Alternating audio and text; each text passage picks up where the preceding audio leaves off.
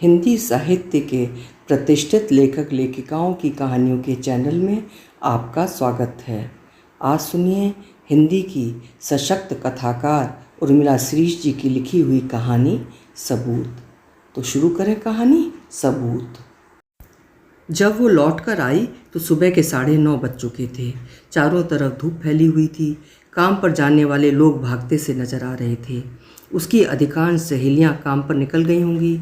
आज उसे भी हर हालत में काम पर लौटना था, इसलिए घर पहुंचने की जल्दी में वो किसी बस में न बैठकर ऑटो में बैठ गई। रह रहकर एक ही बात की चिंता सताती रही कि उसकी अनुपस्थिति में भानु ने ठीक से कुछ खाया पिया होगा या नहीं, रोई तो नहीं थी, सबको परेशान तो नहीं किया होगा। वो तो भानु को ले जाना चाहती थी, पर पुष्पा ने रोक दिया था।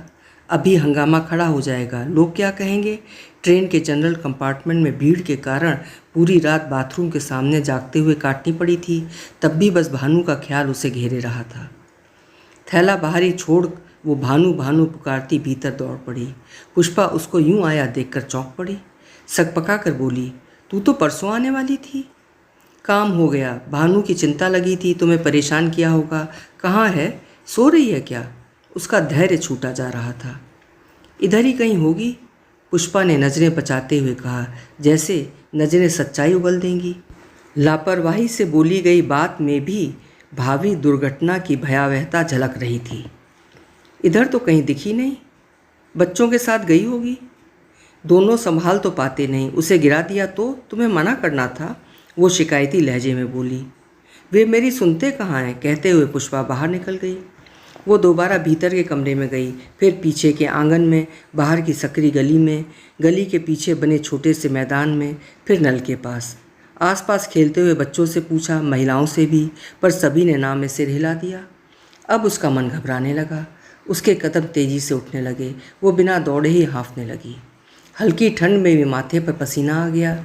दोनों बच्चों को खोजते हुए पेड़ों के पास चली गई, जहाँ कई बच्चे लंबा तार लिए अमरूद तोड़ रहे थे। एक बच्चा नीचे वाली डाल पर बैठा था तो दूसरा पॉलीथीन की थैली में हरे हरे अमरूद भरता जा रहा था। जाली के पीछे काला कुत्ता घूम घूम कर उन पर भौंके जा रहा था। वो जाली पर पंजे पटकता तो कभी पेड़ पर चढ़ने की कोशिश करता, तो कभी थक हार कर वापस लौट जाता। बच्चे अपने में इतने डूबे थे कि उसकी पुकार न सुन सके। रमेश, भानु किधर है? सरिता, भानु कहाँ है? हमें क्या पता, दोनों बच्चों ने अनभिज्ञता में सिर हिला दिया। तो किसे पता है? थर थर काँपती वो जोर जोर से चीखने लगी। दोनों के हाथ पकड़कर घसीटते हुए गालियाँ देती वो अधैर्य होती जा रही थी। तेरी अम्मा कह रही थी कि भानु तुम्हारे पास है। अम्मा झूठ बोलती है, लड़के ने झटके से अपना हाथ छुड़ाते हुए कहा। तो सच क्या है? उन दोनों को धकियाते हुए पूछने लगी वो।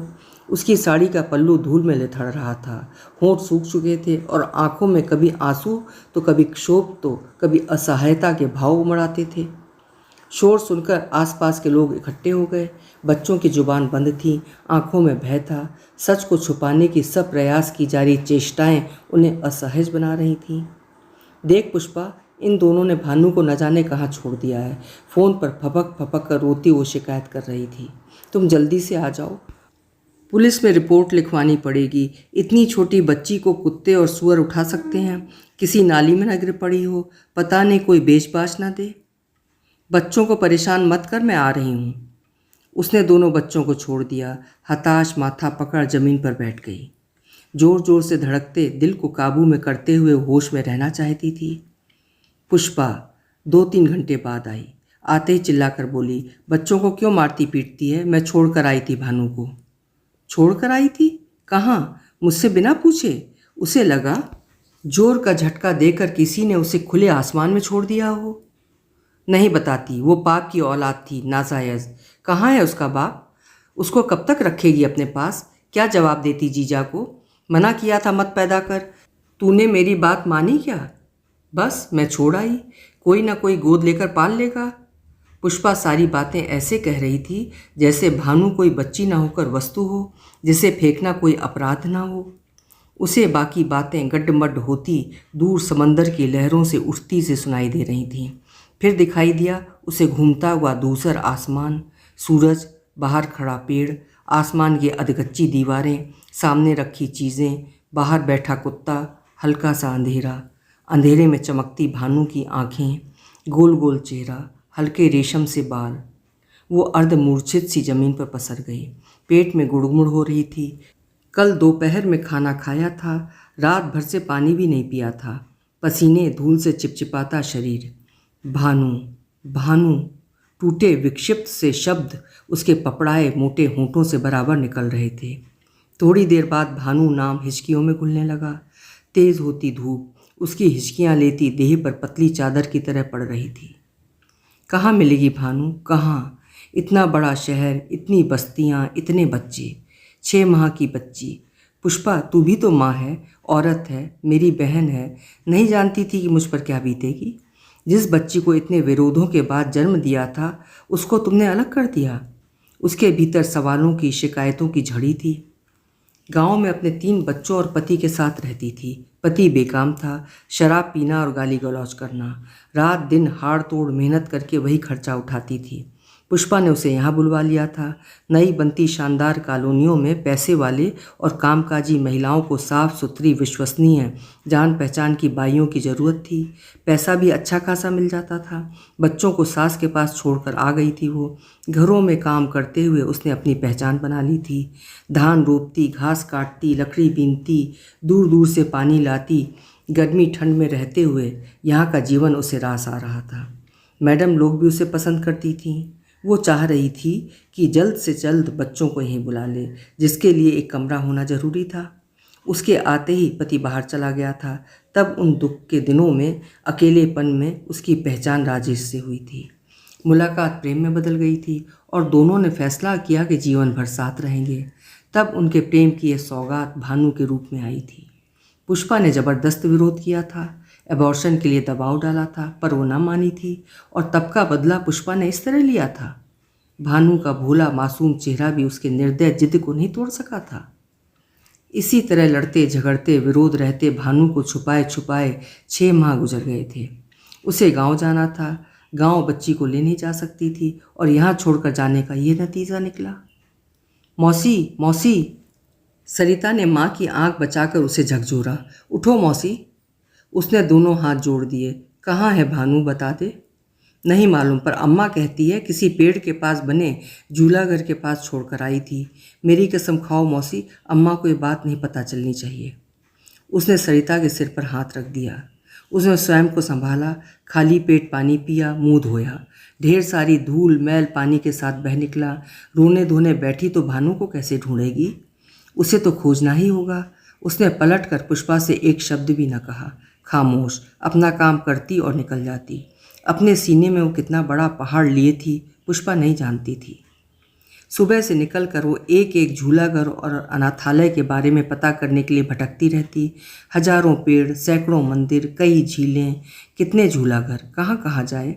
कई बार बेतहाशा हताशा में डूब जाती, कई बार एकांत में फूट फूट कर रो लेती और दूसरी सुबह फिर अपनी खोज पर चल देती।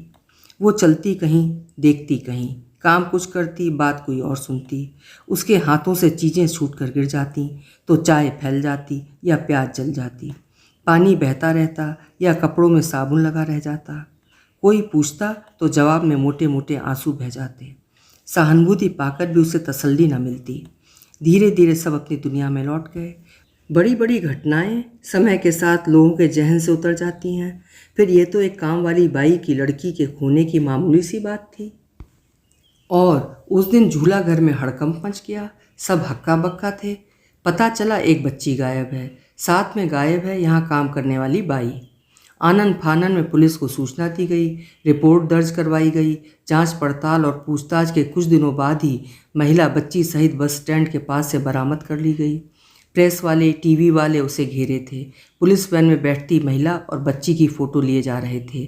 दिल को छू लेने वाले शीर्षकों के साथ खबर तैयार की जा रही थी। ये मेरी ही बच्ची है, वो फूट फूट कर रो रही थी। क्या सबूत है? सबूत? पुष्पा को पता है ये मेरी लड़की है। पुष्पा जिसने भानु को छोड़ दिया था, क्या वो सच कहेगी?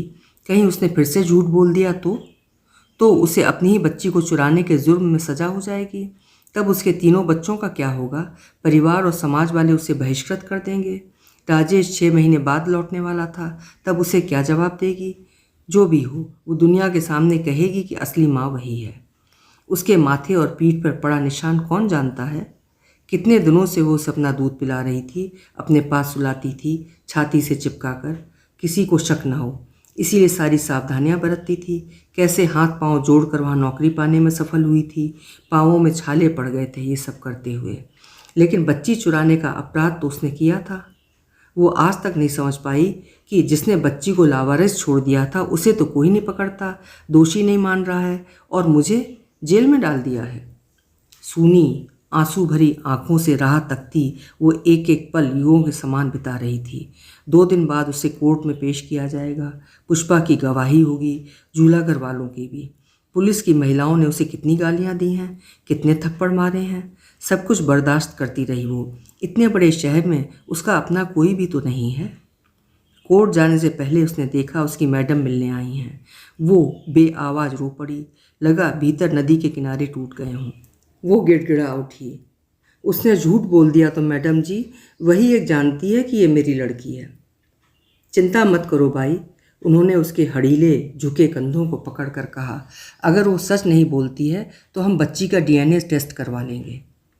मैडम जी मेरी बेटी, मैं झूठ नहीं बोल रही हूँ, भगवान की कसम, बच्चों की कसम। पर तुमने ऐसा क्यों किया? तो क्या करती, वे लोग उसे किसी को गोद दे देते तो? वो नहीं जानती कि DNA टेस्ट क्या होता है, वो नहीं जानती कि जेल से छूटने की प्रक्रिया क्या होगी। वो तो सिर्फ इतना जानती है कि भानु उसकी लड़की है, उसकी आत्मा, उसकी सांसें, उसकी ज़िंदगी। वो तो सिर्फ भानु को पाना चाहती है, सिर्फ भानु के बदले में चाहे उससे कोई उसकी ज़िंदगी ही क्यों ना ले ले।